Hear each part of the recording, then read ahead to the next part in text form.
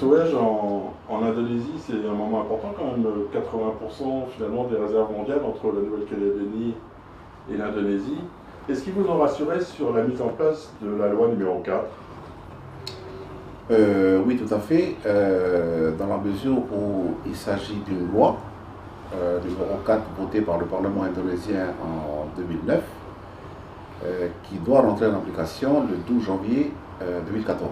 Donc ils ne pourront pas faire autrement que d'appliquer la loi, de façon à ce que la valeur ajoutée soit créée, profiter, bénéficier localement par la mise en place d'unités de production, d'unités de transformation de minerais, non seulement le minerai de nickel, mais le minerai de cuivre, de charbon, etc. Puisque en Indonésie, en fait, c'est le charbon qui constitue la première matière première exploitée. Vient ensuite le cuivre et en troisième position, représentant à peu près 8 à 9%, c'est le nickel.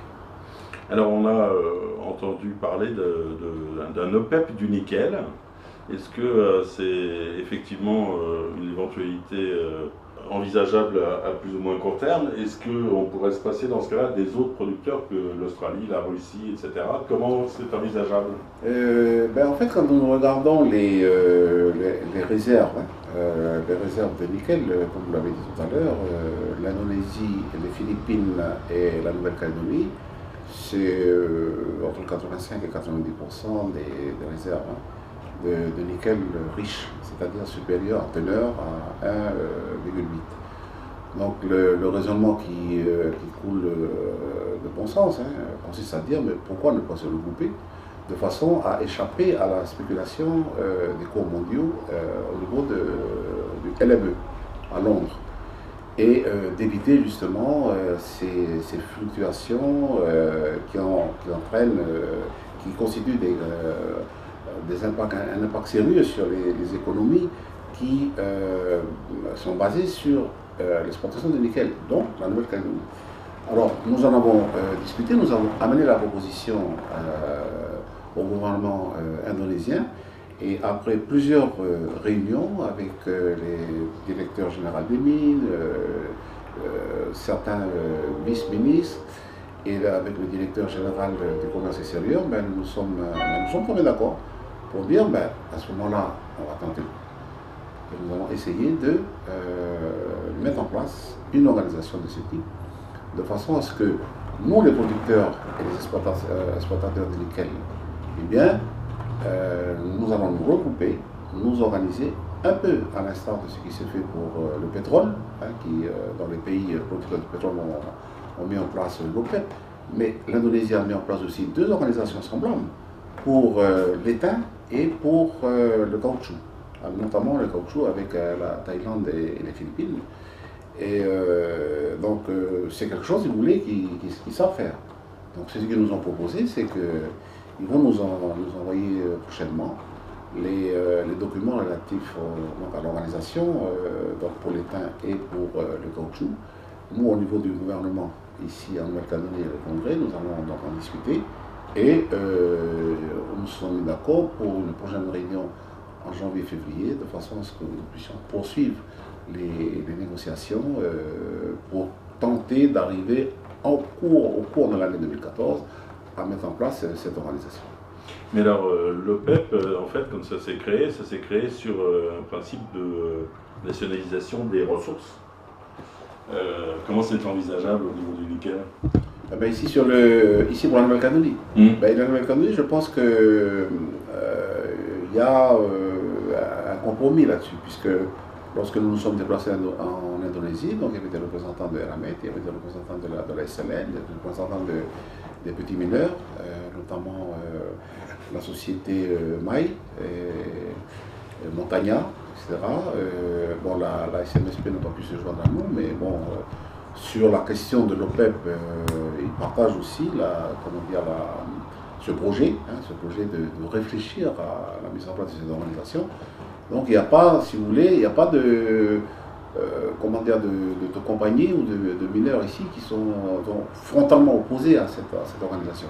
Donc on s'est dit, pourquoi pas ne pas nous réunir et puis en discuter. Donc nous en sommes vraiment au balbutiement. hein. Et là, il nous faut maintenant étudier les documents que le gouvernement indonésien va nous envoyer, en discuter aussi avec l'État français pour voir sur la question des compétences, de la France, des compétences de la Nouvelle-Calédonie, de façon à ce qu'il n'y ait pas d'éléments de blocage aussi pour que nous puissions avancer dans les discussions. Et puis, donc, comme je l'ai dit, en janvier-février, nous rentrons de nouveau en Indonésie avec les éléments dont nous allons nous disposer à ce moment-là pour pouvoir poursuivre les discussions. Alors ça voudrait dire essayer de gérer une politique de quotas, forcément, c'est-à-dire de réguler le marché, enfin de réguler l'offre sur le marché pour essayer de réguler les prix. Ben oui, parce qu'en fait, actuellement, c'est une question de bon sens, nous avons les réserves, nous disposons des réserves de la ressource en nickel, et c'est une monoproduction aussi. Le nickel, c'est 90% des ressources, enfin des exportations de la Nouvelle-Calédonie.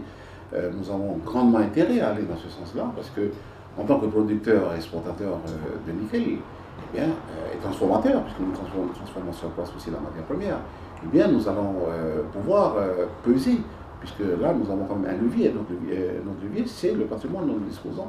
Alors, nous ici, l'Indonésie, les Philippines, et nous allons embarquer avec nous aussi les pays mélanésiens qui disposent aussi de la ressource nickel, et notamment la Papouasie-Nouvelle-Guinée et peut-être les Salomon. Voilà. Puisque, bon, là, nous sommes aussi dans le cadre d'une organisation sub-régionale qui est le groupe du fer de lance mélanésien.